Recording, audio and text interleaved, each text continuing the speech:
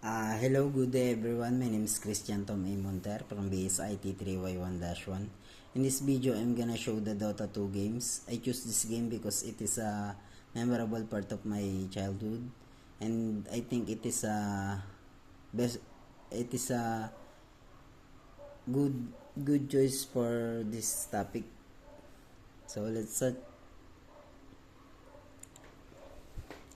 Dota 2 features several distinct user interface (UI) that cater to different aspects of the game. Here's an overview of various UIs within Dota 2. The main menu UI. The main hub for players, showcasing options like Play, Heroes, Battle Pass, Store, and Learn. Features. Clear navigation with icons and descriptions. Sessional themes and updates that keep the interface visually appealing. Second, Hero Selection UI. This screen allows players to choose their hero for the match. Features. A grid layout with hero portraits, names and roles. Support, carry, etc. Filter to sort heroes by various attributes. Strength, agility, intelligence, etc. Detailed heroes, description, and stats. Third, in-game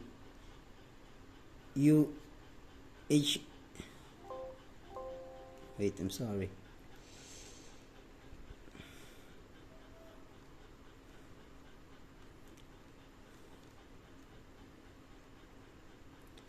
Third, in-game HUD, heads up display. The main interface during gameplay. Features, minimap, position in the corner, providing a real-time view of the battlefield. Health and mana bars display above each hero's portrait, indicating their current status. Ability icons, positioned prominently for easy access during gameplay. Inventory, show the items currently held by the hero. 4. Post-game stats UI. Display a detailed breakdown of the game after it concludes. Features, match summary with team performance stats.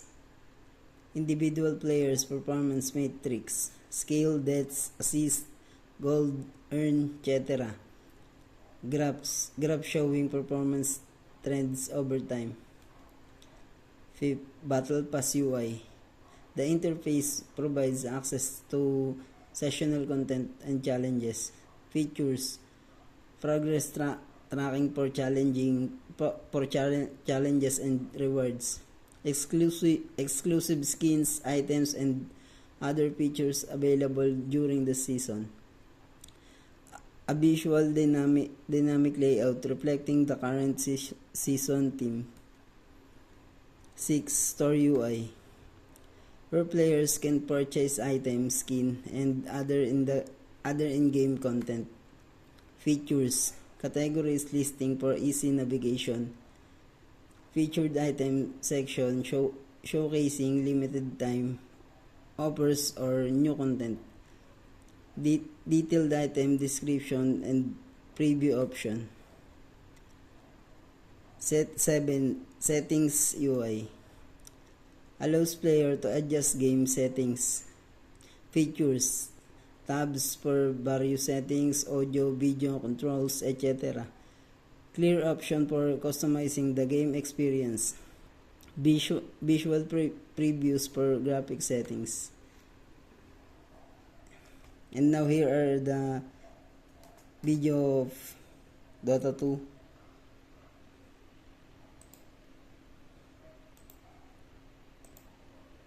As you can see, unlike the Dota 1, Dota 2 is a very upgraded UI design for me. So that's all. Thank you.